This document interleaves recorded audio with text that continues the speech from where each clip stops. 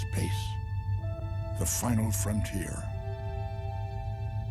These are the voyages of the starship Enterprise. Her ongoing mission: to explore strange new worlds, to seek out new life forms and new civilizations, to boldly go where no one has gone before.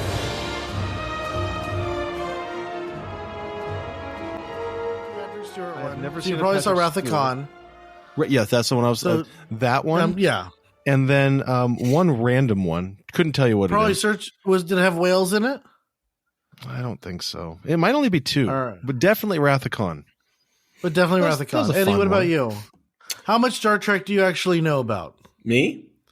Yeah. I know Live Long and Prosper. But have you seen any of the shows, any of the movies, anything? I know Professor X is in one of the Okay. Yeah. For the longest time, either you were a Star Wars fan or you're a Star Trek fan. Yeah. You know what happened? J.J. Abrams made made a reboot of a fucking film and changed a lot of things, and it changed a lot of people's point of views about Star Trek. I didn't want to watch it because I didn't think it was cool, but it's pretty fucking cool. All right, welcome to another episode of Season 4 of Three and a Half Gentlemen, the podcast, where three of the four hosts provide a refined and intellectual analysis of movies from our private collections, and one of us tries desperately to keep up. We'll let you decide which host is which, but for now, my name is Sean, and beaming down with me, as always, are my co-hosts, Jeremiah. What up, yo? Eddie. To go boldly, I can't do it. Nope, Can I you do it can't. again? No, you can't. Yeah, go ahead. Eddie. What? Oh, Live Long and Prosper. Oh no, you can't do And that. Brandon. Ah, Why? Yeah. but there's two Spocks, so there can be two Live Long and Prospers. But I'm just the older that's version. true. I'm just the That's older true. version. Yeah. Oh. The other one was like, beam me up, Scotty, but I thought you were going to say that because your title's that, Brandon. Give it all she's got, That's Captain. repetitive. Yeah, and all she's got. Oh, Simon Pegg. I'm a pig. Well, guys, with season 4, we're picking movies that we think that will be fun to talk about. Some of these will be from our private collections, while others will be new releases in theaters and streaming. Additionally, throughout the season, we'll be talking about a TV season or two. As with every review we give, our goal is to answer one simple question: how many drinks does it take to get through the film that we just watched? Now, at the end of the podcast, we'll rate the movie based on a scale of 0 to 5, 0 being a perfect film that you could watch stone cold sober, and 5 being sort of the film that makes you feel like you accidentally swallowed some red matter. They're creating a planet-sucking black hole to open in your stomach. Oh, wow. And then shit just comes out of it afterwards. Pretty intense. With that, what movie do we have boldly crossing the Alpha Quadrant tonight, gentlemen? Oh, you totally geeked up what I put. So good job. I did. I'm sorry. We're I'm so sorry. nerds here. We're nerds today. know. This is going to be good. All right. Well, Nerds. tonight we have the 2009 Star Trek reboot, properly titled Star Trek. This movie follows some of our favorite Trekkie characters, from James Kirk to Spock to Scotty, as they battle a rogue Romulan named Nero, who is set out to destroy various planets, including Vulcan and Earth. Star Trek is a star-studded film with actors like Chris Pine, Zachary Quinto, Zoe Saldaña, Eric Bana, Bana, we can go either way, and Simon Pegg, among many, many others. The movie has earned an IMDb rating of 7.9 out of 10 and has a critic score of 94% and an audience score of 91% on Rotten Tomatoes. This movie revolutionized what it means to be a Star Trek fan, and it allowed a lot of people to be Star Trek fans that before were really hesitant and not really. As a diehard Star Trek fan, like someone who will literally say, I will watch every episode of every show of everything. Oh, I can audience. totally He understand. is not fucking kidding How about many that. times, Sean? And How I- many times have you gone through I it? get let's Two, as with 3 every times. movie review, we try to Just pair our wanted to review. talk about it. Bro, I watch I'm these fucking once. cool, man. I'm fucking cool, okay? I watch them once a year from the beginning Jesus. to the end, from original series, all 5 original movies, all 7 seasons of Next Generation, all 4 movies. How long does that take you? It takes me a bit, but I mean, it's really no. I really want to know. What is a bit? I really do want to I don't know. know, like 4 or 5 months. Like There's 4 some or down 5 months. episodes, though, right? There's some Oh, there's slow a lot seasons. of down. There's As a lot soon as of you down end, there, yeah. you're starting back up again. No, It's a lot of commitment. No. He was trying to get me to watch Next Generation. I'm like, cool, fuck it. I'm down for it. I'm like, how many seasons? 7. Okay, I'm fucking cool. How many episodes per season? 100. Oh, I think like 24 or 25. So there's like 223 episodes that Sean watches for one Star Trek show. Yeah. Yeah. And there are 3 and they keep flagship making shows new ones that are magnificent. Yeah. Well, so okay, and I'm not just gonna go on my Star Trek rant. Go my love boldly. But I will say this: what I love about Star Trek and what makes what this movie allowed us to do was to take everyone who loves the quirkiness of Star Trek over Star Wars, because Star Trek was always about something completely different than Star Wars. Star Trek was a universe in order with very little. All they were doing is exploring and trying to understand different civilizations. There wasn't about war. It wasn't about battling space battles or anything like that. It was about understanding basic, different creatures throughout the universe. So I really do think that this movie was like the unifying factor of Star Trek. And we're ready for scores, everyone. Let's go ahead. Yeah, I think that's good. Let's just put it this way: Sean is in his fucking element right now, dude. I'm in my element. As with every movie we review, we try to pair our selection with a drink that we hope will enhance the viewing experience. Ed, would you take us through the cocktail? Yeah. And I better be an Andorian sour. No, I'm kidding. Freaking go ahead. Half an hour later. Jeez, I'm already done with the drink. Tonight we'll be enjoying the Vulcan Mind Meld Cocktail. For this simple and tasty drink, you'll need ouzo anise liqueur and 151 proof rum. Pour equal measures into a double shot glass and knock it back quickly. Maybe some ice might be also enjoyable, I think, for me personally. No. How is it, Brad? You need ice, or it needs to be cold, unless you're going to be... So on the show, your first time with Ouzo? Just so you know, there's a couple of different alcohols on the show. Number one is Andorian. It's like Andorian spirits, and it's completely blue, and nobody's supposed to have it. Romulan ale is green. So there's a bunch of different alcohol on this in this universe. Can we talk about this movie though? Can we talk about this movie? There's so much, yeah. Okay. Yeah. Because I mean, like, for someone that doesn't know much about Star Trek, coming into this movie fresh minded, and all I've known in my life is a little bit of the universe with Enterprise and Captain Kirk. This movie was badass. Like I want to talk about the opening scene. I mean, I if you don't cry up within the first 10 minutes, then I just don't know who you are. If you just don't love, you're just a hatred person if you don't cry within the first 10 minutes. I just love Chris Hemsworth is what it is. By the way, how young did that guy look? Dude, being on a movie for like 10 minutes, it made him a fucking star. It did. Within 10 minutes, you're just like, that's a star right there. But no, seriously, I'm going to piggyback on Eddie. Hands down, this is the best introduction for a movie franchise I've ever seen. When you watch this over again, it is so fucking good. The music, the feeling, the vibe, the visuals, the story, and then you go into the new story, what's going to happen. It's so fucking badass. I mean, Sean, what do you think when you watch this? See, so once again, Star Trek is generally a little slow, a little heavy on exposition. What J.J. Abrams did is he established a ship in space, and then all of a sudden all hell broke loose. And what I love about it is you emotionally connected with the characters immediately. You don't know who Tiberius Kirk is. You don't know who the mom is. You don't know who any of these characters are. And he introduces them in a way that it makes you go, oh my God, I want to know more. I want to know more. Not just about what's going to happen next, but what happened in the past. And that's exactly the tone and feel of this movie is what's going on in the past, what's going on in the future. I don't know. We're right in the middle of it, and it's going to be revealed to us in this most beautiful storytelling in a sci-fi film that you can get. So, okay. So question. So is this the first time that we in Star Trek lore have seen Tiberius Kirk? Is this the first time we've seen the dad? Good question. I'm not sure if we've seen him before. From the original series, I don't know that well.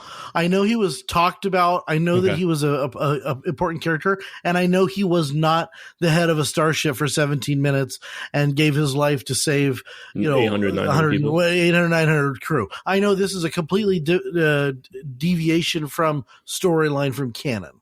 Yeah, but Sean, can I ask you a question on that? So I was reading about like this movie here. And it brought up a good fucking like how badass this movie is, because they're saying that it's a reboot of a prequel, but from my understanding, also a sequel at the same time. Yeah, so it basically creates a different universe. So basically it is what they're suggesting is that Nero entering into the Star Trek universe, which he shouldn't have been there at that time, he created a tangent universe called the Prime Universe, where the J.J. Abrams universe, where these characters live. And so it's a reboot to the original series with the original cast. Yeah. And kind of a sequel to all Star Trek, because it had Leonard Nimoy in it from the original cast. And so you have kind of a continuation of storyline, but in a new Prime universe, a new different universe. Dope. How fucking cool that is, in 20 minutes, in fucking 20 minutes with the most beautiful score. And then you have the letters turn. Yeah. And I will say this, Star Trek has always been known for a fantastic theme.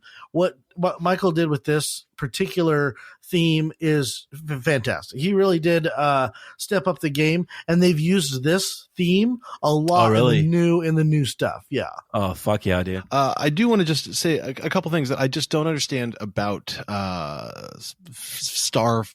don't know what you call it, space movies, which is Starfleet. How is one rupture to the spaceship not destroying the entire spaceship? It bothered me so much. Are there any like small, completely non-essential important points in any movie that pisses you off? And that's my thing with every single space battle movie. And this one at the beginning, it just pissed me off. Like, they got hit. My understanding of astrophysics is that basically they would just all basically implode. Thoughts? Well, so it's like the Titanic, where you have different sections. You don't understand how big the ship is, because it's getting hit and there are bulkheads that come down and it stops that part. Mm-hmm. But if you watch a series and stuff, you know that the ship is frail. It's not strong. So as it gets hit with these different things, it got hit, I think, one time by the Romulan ship, and it was like they were like, whoa, we can't take that. We can't. So they have those shields like in Star Wars, like they do have shields. I don't think that their shields. I think they do have shields, but it's not meant to withstand the Romulan the fight. They're not fighters. I don't think they're not like. Yeah, they're travelers, and they're not battles. Yeah. I know there is a federation there that makes me think of like the Republic on the switching sides. So it's like the Federation are very there to just establish peace throughout all galaxies, and just to like, hey, come on board with like, let's all share. Because I know the main story is they travel to other worlds, but then they also get into trouble. Every story. Yeah, I mean, Kirk always gets into trouble. So if you look at it like on a timeline, right? So you've got different captains throughout the course of the Star Trek universe. Kirk was one of the first ones to have his own ship and go on a 5-year mission. So he got in trouble all the fucking time. He was always doing the wrong thing. He was always sleeping with aliens. He was always doing, different shit. It was always about the green woman. Yes. By the time you got to the Picard years, it was a more refined show where they were actually exploring the proper way. They were using the protocols set forth by Starfleet. Starfleet is a body, the Federation of Planets, same kind of concept, where they've added all these planets so they won't go to war together. So you've got, in the Alpha Quadrant, you've got certain citizenry that have joined the Federation of Planets, like the Klingons, the Romulans. At some point, the Romulans do. The Vulcans. The Vulcans. The Vulcans. Well, and the Vulcans and the Romulans are related to each other. They're actually like they're kin. Anyway, I'm not going to go on it, but what I'm saying. So in this movie, so you're saying that the Romulans are very important in the Star Trek legacy as well as Vulcans, right? Yes. Okay. And so in this movie, JJ's like, let's just get rid of that species and we'll get rid of that species. We're just going to go a fucking reboot, man. When you think about it, right? I mean, he really got rid of he destroyed an entire people. Yeah. I mean, and that's what's so significant. And that was a lot of backlash that he got when he killed Vulcan, when he destroyed Vulcan, because Vulcan was the center of progress in the Alpha Quadrant. They were the most advanced. So if you watch First Contact, they were the ones that Earth made first contact with, and they were centuries behind where Vulcan was. Okay. So Vulcan. So the reason, the reason that in this movie, the reason that Spock had that advanced weapon is because Vulcan had progressed to a point where Vulcan could basically they were the saviors of the universe because they had all the technology, and they were very stringent with the technology. They would not give it to anyone else. So this plot is basically, you've got a outdated Romulan who doesn't understand the technology of Vulcan, and that Vulcan's trying to help Romulus. And he thinks that the Vulcans are being selfish not to give the proper aid to Romulus. And then Romulus breaks in half, and you have a cataclysmic event. Well, they were trying to help. Like, he was on his way to help Romulus when it broke in half. But he got sucked into the fucking black hole. Right. Then he got sucked into the black hole. Okay. Yeah. So, I mean, that's So you've got, and Spock as a character, you have to give props to Zachary Quinto, because he knocked it out of the park. He knocked it out of the park. He was just fabulous. Can we talk about, does it ever go into the story of how Turk, his younger years, like, I love how instantly afterwards, he's driving the old classic car, and he's just like a man on a mission. And it seems like he has a stepdad he doesn't really get along with, if that's what I'm getting at. And he pulled a Cameron. Do you know his story? Is that like accurate, or is that separate? That's a whole new plot line of him. So Kirk comes kind of as captain of the Enterprise. In the original series, he replaces a captain, and he him as Captain Kirk. There is no backstory. There is no filtering out history. You get a little bit with Picard, but generally in the Star Trek universe, they don't go back. They don't explore history and past. They kind of just talk about the people that they are. So what I think is fascinating is that this Star Trek is set in the distant future, right? Mm-hmm. Okay. And what's fun to know is that the Beastie Boys. The Beastie Boys are going to survive and become the greatest musical band in the history of bands, because they're still playing. I have not seen 3. No. Are they in it? It made me fucking proud to hear the Beastie Boys. Like, it survives like through like 1,000 other years and shit like that. So we're going to space and living in space, and we still got the Beastie Boys. So let's talk a little bit about the characters, and let's talk about the actors that played them. So I'm super familiar with all the original characters, but you guys probably know just caricatures of Kirk, of Spock, of Scotty. What did you think of the actors that they picked, and do you think that the cast was good? This is one of the best casts you'll ever see on the fucking pictures, man. Everybody was on their game in this movie. I wanted more. And it's just so exciting when you see them all in one scene, and you see them going back and forth about trying to figure out how to get a plan out or something like that. Dude, everyone was fucking great on this one. You even have the characters like the pilot, John Choi, and Anton, the late Anton Yelchin. Yeah. These are Sulu and Chekhov. Yeah, like those. I mean, like every little character here had so much a good part. I loved every character in this movie. Great. Yeah, no, I wanted to give a shout out to Anton Yelchin, because I've always liked his stuff.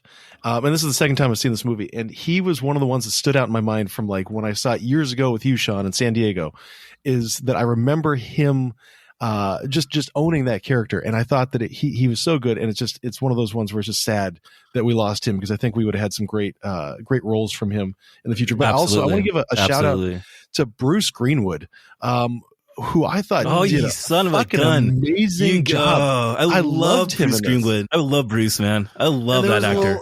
Little Winona Ryder, no big deal. I think Zoe Saldana. So Winona Ryder, but Zoe Saldana.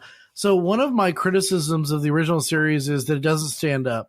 Where Next Generation Picard really does stand up, and we'll talk about that a little bit later. But the characters were so set in their ways. All she would do, all Uhura would ever do, was xenolinguistics. She would sit at that little computer, and chatter would be on the radio, and she would repeat the chatter to the room. And it was the 1960s, and I get that.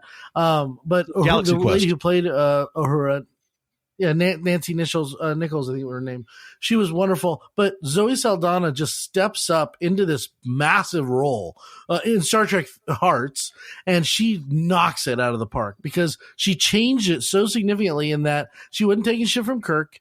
She kind of was in love with Spock. There was this like there was this underpinning. There was this underpinning of emotion and duty over emotion, duty over everything. And I thought that was a really nice theme that went through the movie. That you don't just get that with old Star Trek. You don't get that depth. I was going to ask you guys this: who is your favorite character in Star Trek? And I'll give you mine first right now because I think Dr. McCoy is the best fucking character. Bones is the shit. He's just everything. I love him so much in this. No. But who's your favorite character in Star Trek? Let me ask you a question. Number one, Brandon, you're wrong. I love what's his name, but his character just pissed me off so much. I was just Bones. No, he for me, I know of you, dude. Maybe that's what it is. Dr. McCoy. Oh shit. So listen, I know that this is probably like the everyone's go-to, but you cannot go wrong with Simon Pegg. Scotty is fucking amazing. My only complaint with Scotty is that he wasn't in the movie at the beginning.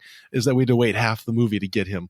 But he's fantastic, and it's because of Simon Pegg. I mean, there's not a role that Pegg plays that isn't just so full of life and energy, and he steps it up here just like he does every single time. I'm going to cheat and say Leonard Nimoy. Leonard Nimoy Spock is the best character of the fucking movie. That's not sorry. I mean, he's in this movie. That's who the fuck he is. He is. When I had no idea. I remember watching this for the first time. No idea who was in it. Right? No idea what it was even about. I just saw a trailer. It was kind of cool. I wasn't really a huge Star Trek fan at that time.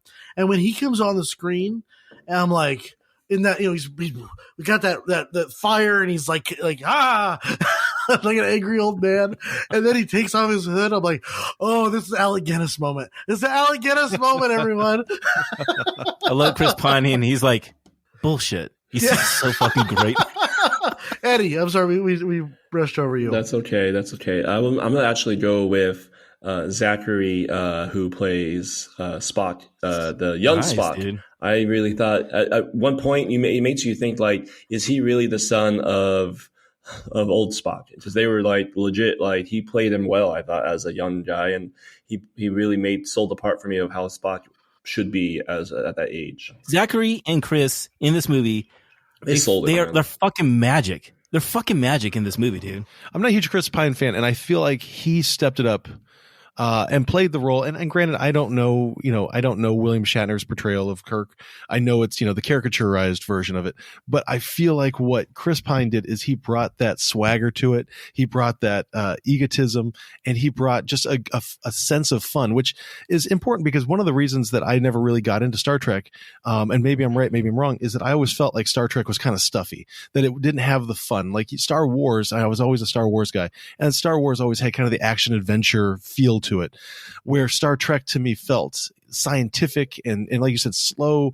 And I feel like what number one Abrams did with the movie, but also what I really think Chris Pine is responsible for kind of coming through with it, is bringing a fun, right? Bringing a sense of adventure to it, bringing a sense of just kind of enthusiasm that I think was infectious throughout the entire cast and movie. I read something about Pine's inspiration when he was getting ready for this role as being James Kirk. Do you know who his inspiration I'm hoping it's was? Han Solo. You got it. It's Han Solo or Tom Cruise, Maverick, and Top Gun and shit. That makes sense. I totally get that. Yeah. That's what really changed in this movie from other iterations of Star Trek. It is like literally that he turned it up to 11. The movie did not stop. The cuts did not stop. The story did not stop the entire fucking time until it was over. I mean, really, if you look at it from, you had a little respite when Kirk beat the Kobayashi Maru at the very beginning of the movie, which has a long history in Star Trek, to the point where, they were late to the point in space because they had a new pilot. Oh, which was and great. Sulu didn't know how to take the clamps off, which saved all their lives.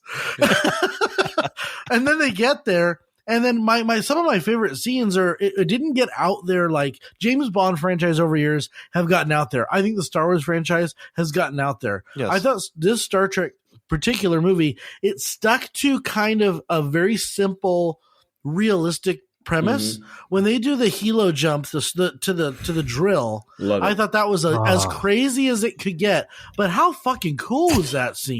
That was hands down my favorite scene in the movie, dude. That part was so fucking dope, especially when they jump off or they come out of the ship and you hear silence, but you just hear the fucking the beacon sound and it zooms in. That gives me chills. That's how it's supposed to be too. In space, it's dead ass quiet, right? So it makes it seem it's they're falling from space, hoping to not burn up and also burn. Like the whole idea of that is just crazy.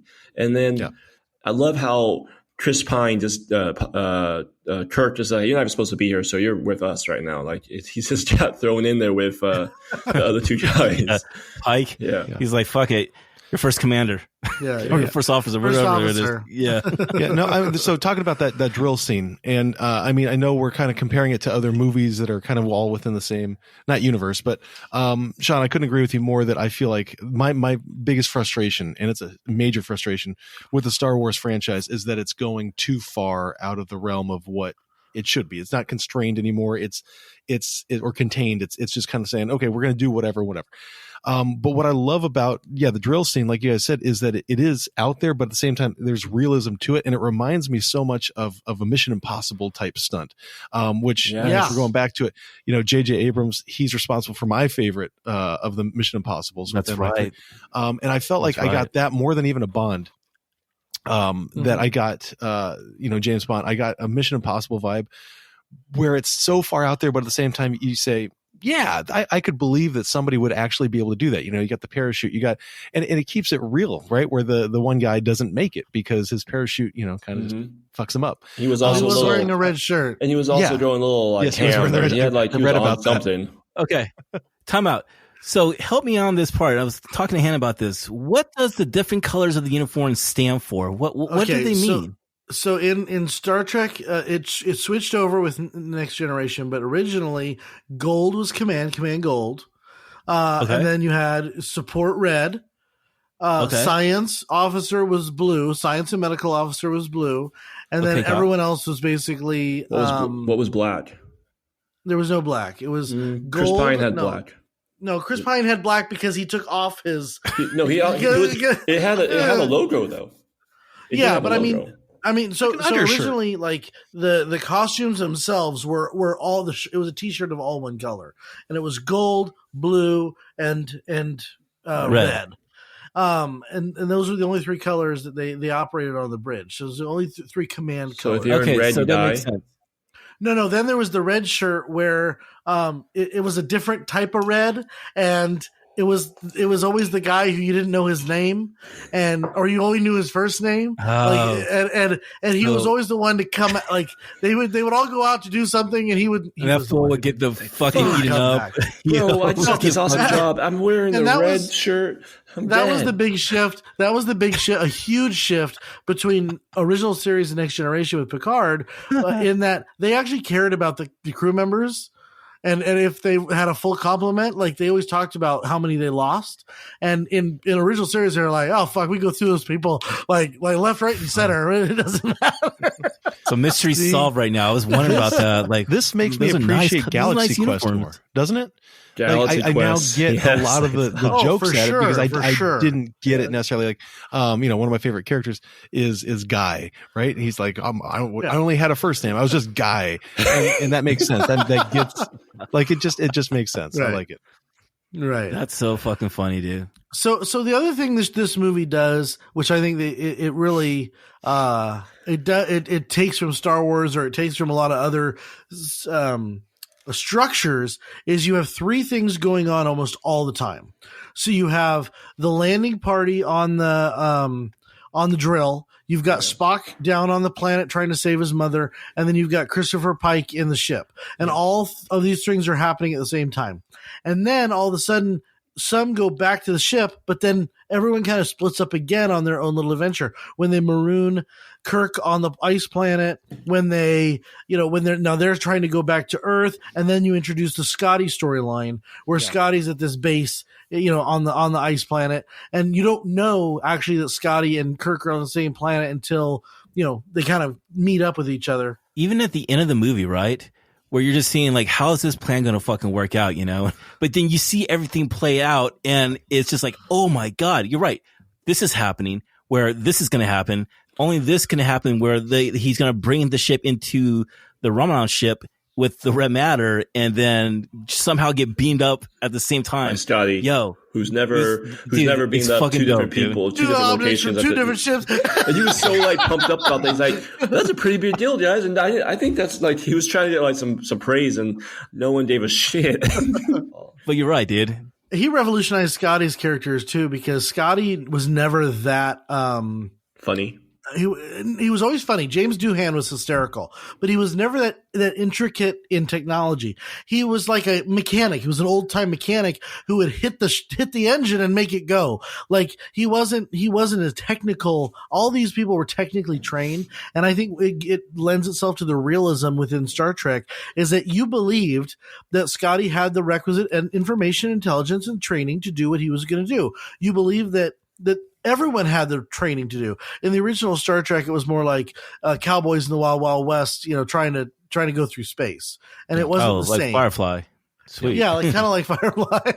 So we've been kissing this movie's ass, and I think rightfully so. But I do want to talk about some of the negative things. I got 3 things, and we don't have to hit all 3 of these right now. Character depth.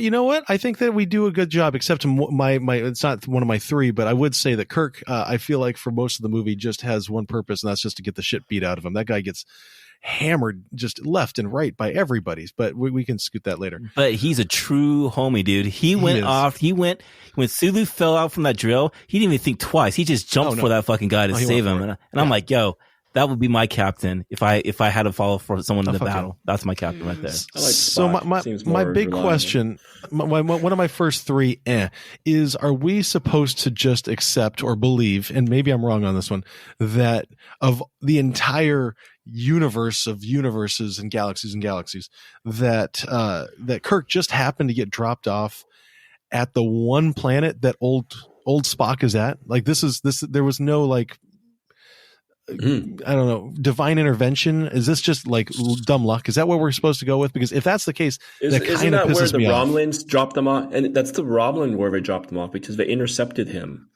right? But crazy ship. Right. But they didn't know that Spock was there. Hold on.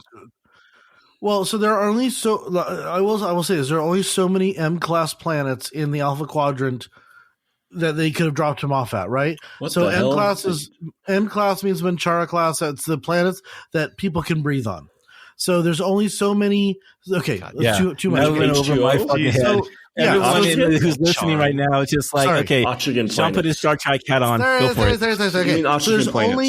There's only oxygen-rich planets. There's only so many of those in the galaxy that can sustain human life. Okay, so they probably picked the closest planet to the incident, which is the same thing that Romulans did when dropping off Spock, so Spock could see his planet explode. So the whole idea was it was the closest M-class planet. They dropped them both off. So if you look at the logic there, I could see it was coincidental. It was, was a little bit, a story specific. And I'm not going to say that it's not a criticism, it's valid criticism, but it would make sense that they drop them off at the same spot because it was kind of the only spot to drop them.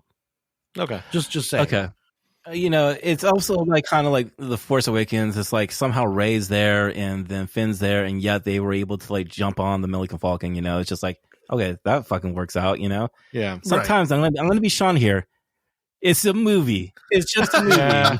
What did Scotty do to fuck up to be on this planet? And just what did Scotty do? So Scotty actually is developing transporter technology that sends objects very far away. And Admiral Archer, who actually is in the original, before the original series, there was a series called Enterprise. It was played by Scott Bakula, and he had a prized beagle.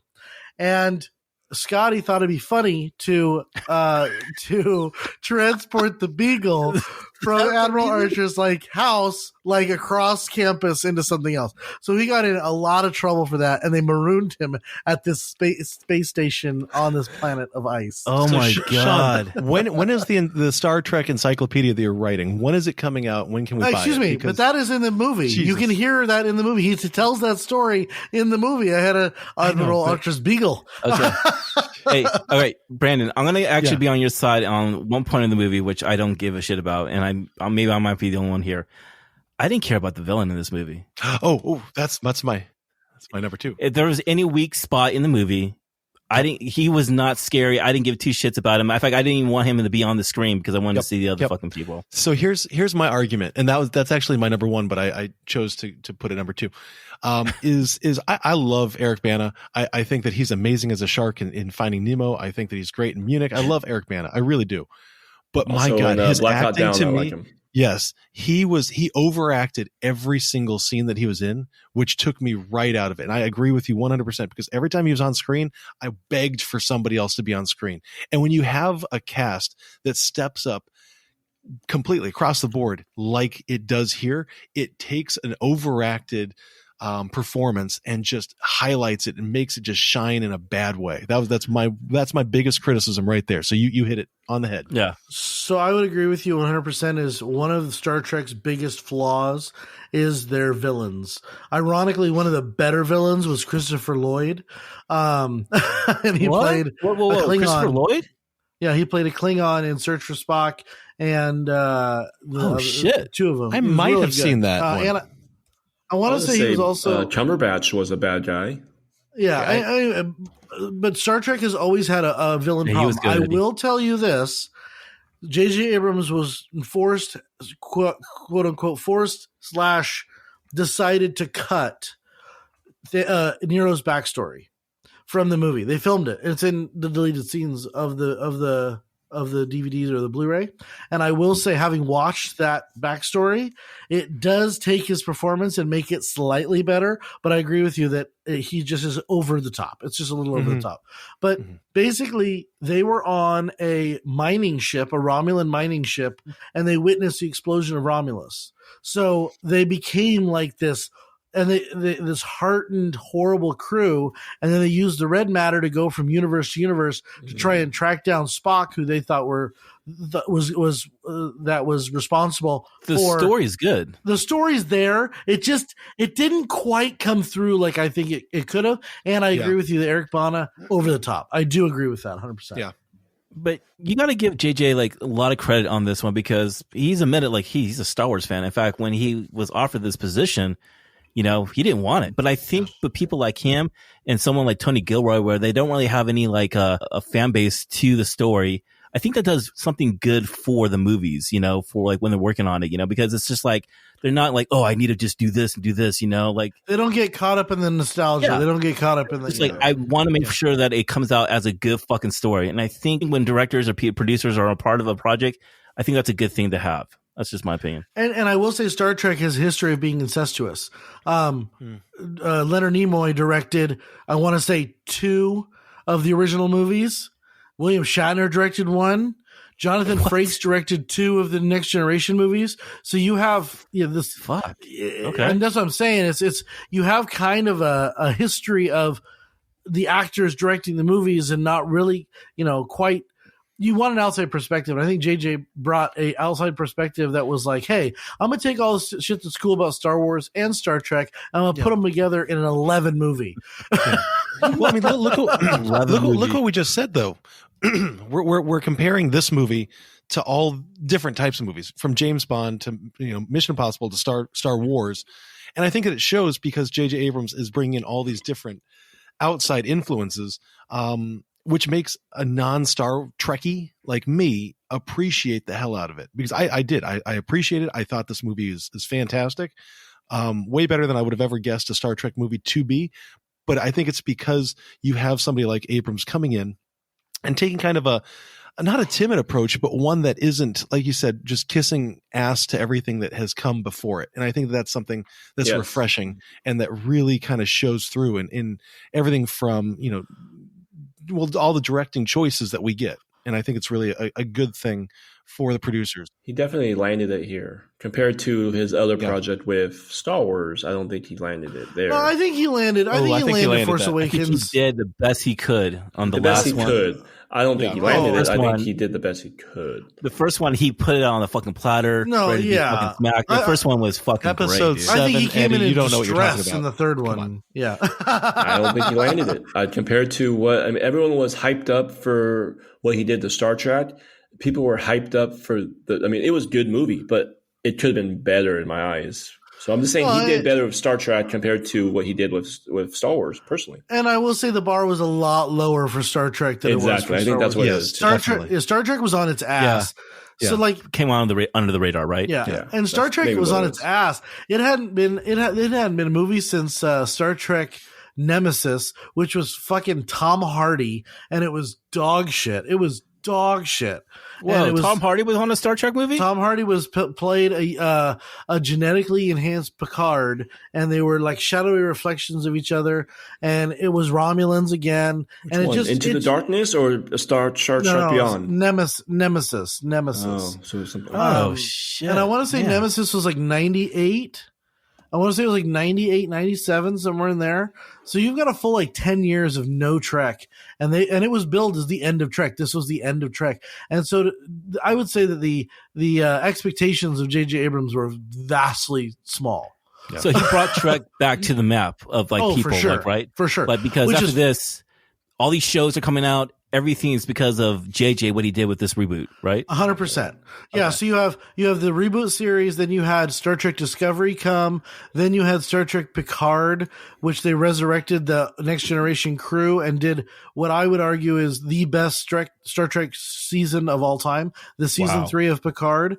So imagine what they should have done with Star Wars in that Carrie Fisher, Harrison Ford, and Mark Hamill were all old, and they brought them, and they didn't ever get a scene together, right? They didn't ever get like that moment where they coalesced on screen. Are you serious? So they brought 100% of the original cast back, plus like tidbits of shit. They were like, here, have a cameo of other people from the show. And then all of a sudden you had this moment like toward the end of the season where they got their original ship back.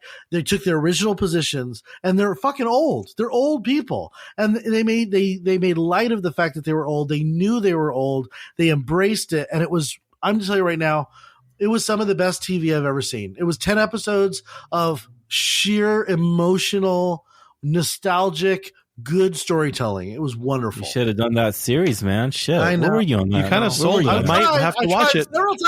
You did. Just watch season 3. Just don't watch season 1 or 2. Just season 3. Anyway, so back to this movie. Let's talk a little bit about the ending, and let's talk about let's talk about Spock and Kirk finally getting together and doing a little side mission, and then it was rad. It was fucking great. I mean, come on, how good was fucking great, dude. And then I like the fact that like Zoe and Zach, like secretly hooking up, and you're just like, where the fuck did that come from? But every character, even when there's like action, I think the comic relief, you're laughing at the same time, like especially when he's like gives the an ultimatum to Eric Bana's character, right? Then Spock pulls him away. He's like, what are you doing? He's like, I'm trying to do what you want to do here, Like, he's like, I prefer not to do that. Like he's like, it's like he wants to take him out. Did you just lie? So Spock? fucking great. No, that would be illogical. See, there's so much nuance with these characters that they can be so silly, and they can be so like characteristic of not caricature. What am I trying to say, Brandon? Yeah, like caricature. So false and fake, right? Yeah, and they embrace the characters, they embrace the qualities of the characters so beautifully, this cast did, that you actually felt like it was grounded. And you felt like the characteristics were part of the new generation, not just like they were stealing them from the old generation. Yeah. Is that clear? Well, it felt fresh. I don't know if that's kind of what you're trying to say, but it felt fresh. It felt relevant. And I tell you what it did is it made, and Jeremiah, you mentioned this earlier, it made fans of viewers that were not fans before.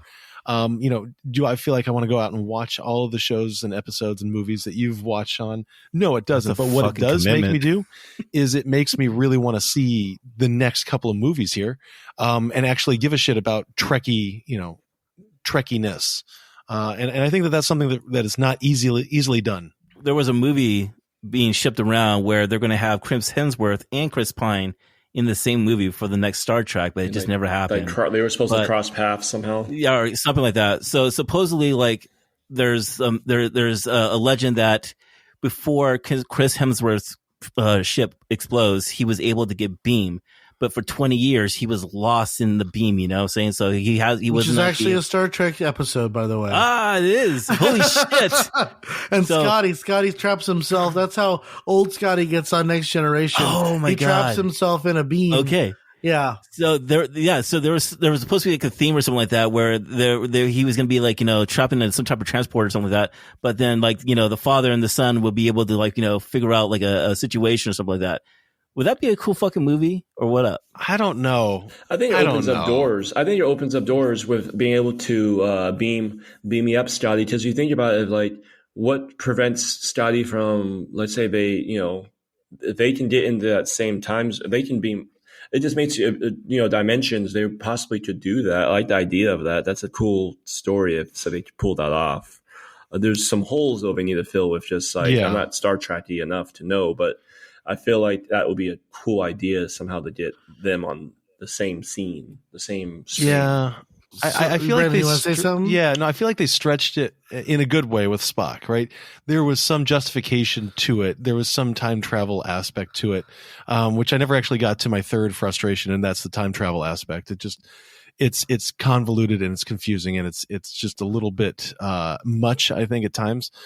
I feel like if they were to do that with the Kirks, it would just kind of be done just to do it, not for an actual purpose, if that makes sense. I was going to say, what happens to the dad is what creates James, right? And so I feel like, to retroactively bring that I'll back, fix it would just suck. I'll fix it without fixing it. Yeah, exactly. Okay, I'll fix it without fixing it, Brandon, because in the Star Trek universe, from the original series all the way through the new Discovery, there is what we call the mirror universe, and it's a bunch of people who've been trapped in the transporter and been thrown into a different universe where things are not the same, where Spock was evil, where you've got a bunch of different shit happening. And I tell you what you could do is you could have Kirk get trapped in the mirror universe with his dad, have all the events happen over there, and send Kirk back to regular universe, kill off Papa Kirk, kill off Tiberius in mirror universe. Nothing changes in Prime universe, but you have a kick-ass story where you can bring in whatever the fuck characters you want and change them up and make them really cool. And that has been done a couple of times. Most notably, it was done in original series with Spock becoming evil, and then it happened in Deep Space Nine quite a bit. Every season, probably 3 or 4 times it happened. But in the new Discovery show, they actually did the same kind of thing, only they brought a character from Dark Universe, from the Mirror Universe, into Prime Universe, and you didn't know. And the whole fucking movie, or the whole show, whole series, you didn't know. And that was the big reveal, and it was pretty fucking good. It was pretty fucking good. All right. Maybe. So question, did you hear about the one that Quentin Tarantino was trying to pitch for the 4th Star Trek movie? Did you hear about this one? Well, I know that he wanted that to be one of his movies. He wanted for that to be one of his movies. It was based off of the original Star Trek. I think it was, let me get my notes here. It was the 2nd season, episode 17, called The Piece of Action. So basically, the Enterprise visits a planet that's stuck in the 1920s. And it was like a gangster culture type of a planet. And Quentin, from my understanding from the story, was supposed to be like doing this time travel thing, going back to that particular planet. Would you think that would be a cool Star Trek movie? Anything Quentin Tarantino touches, I'll watch. Yeah. Okay. So, Sean, we're going to disagree. He's like, no. Let me just tell you, Star Trek has a history of time travel. The Nowhere, Far From Home, or whatever it was called, what was about them going to the 80s to find whales to transport to present time. That was After Search for Spock. Voyage Home. Voyage Home was all about going back to 1980s San Francisco and recovering whales to literally save the planet. I mean, this is not, and it was one of the best Star Trek, like literally Really? one of the best Star Trek movies out there. It was great. It was fantastic. They come to present time. Is that what you're saying? They come to present time. They get 2 humpback whales, and they travel back to the time of their time and save the world with the whales. I'm telling you right now, No. if you were going to watch 3 Star Trek movies, okay, if you're going to watch 3 Star Trek movies, this Voyage Home is number 1.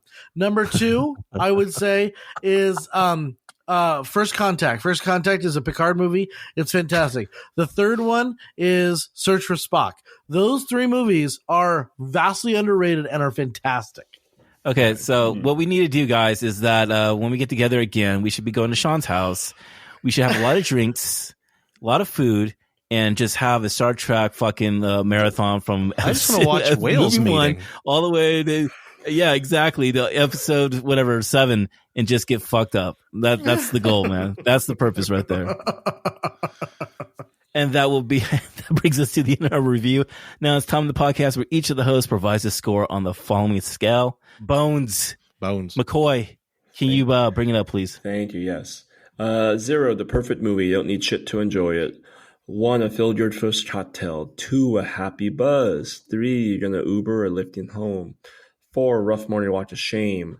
5, blackout, shit-faced, spring break drunk. Gentlemen, let's start with Jeremiah. I haven't started with you in a while. Yeah, you did. All right. So what I think is JJ did the most incredible and impossible, stunning reboot of a movie that I've ever seen. And the reason why I'm going to say this is that he made me a true believer and a future believer of the family Trek fans and movies and things like that. This is the reason why you go to see movies, because it's such a fucking great experience. And I'm just going to say it, the cast was amazing. I mean, that's the best cast that you'll ever see on screen. It's like you just couldn't wait for everyone's part to get to the screen, and I just fucking love it, man. I think the introduction is on another level. Maybe Raiders of the Lost Ark gives you a better intro, maybe, you know. I'm just saying this is one of the best intros I've ever seen for a franchise. Up is like the same level. That pulls the strings right there. You got me on that one, bro. The only problem about this movie is just the villain, dude. It just feels out of place. I think it's just a weak part of the film, man. However, you know, the movie did the impossible. It made me a Trek fan. So I'm going to give it a score here, man. This is a 0.85 for me here. Wow. I love this. That you Trekkie fan. 0.85? Yeah, dude. This is a great fucking movie. Great reboot. That's my score. I was not expecting this movie to be what it was. I remember 2009 when I watched it. So I remember after watching it, I walked out like just jaw was on the floor, and I was like, I'm down to watch all the other Star Trek movies and catch up. And I did watch one, and I was like, nope, never mind. But but this does bring some life to the Trekkie universe. I mean, I give more love to this franchise because of this. I think JJ did that. He brought it to life, and I really enjoyed this movie. There was little parts here and there that I wish they would have went more in detail with. The mom of Chris Pine, I feel like she just disappeared completely. I don't know. It would have been cool to see a little bit more of younger Kirk before he instantly went from little boy to, okay, now I'm getting the shit kicked out of me at the bar, and I got a free ticket to go on the Enterprise practically. It just seemed a little far-fetched here or there, but overall, I am watching a spaceship, at the same time, and see Romulan against the Vulcans, and everything would blow up. So this whole universe is brand new to me. It's better than an average movie. I enjoy this out of all the Star Trek movies, the newer ones. I'm giving this a 2. This is better than an average movie for me. This is a 2. A 2 is a good score for me. I think a 2 is a really good. So that's a 2 drink for me.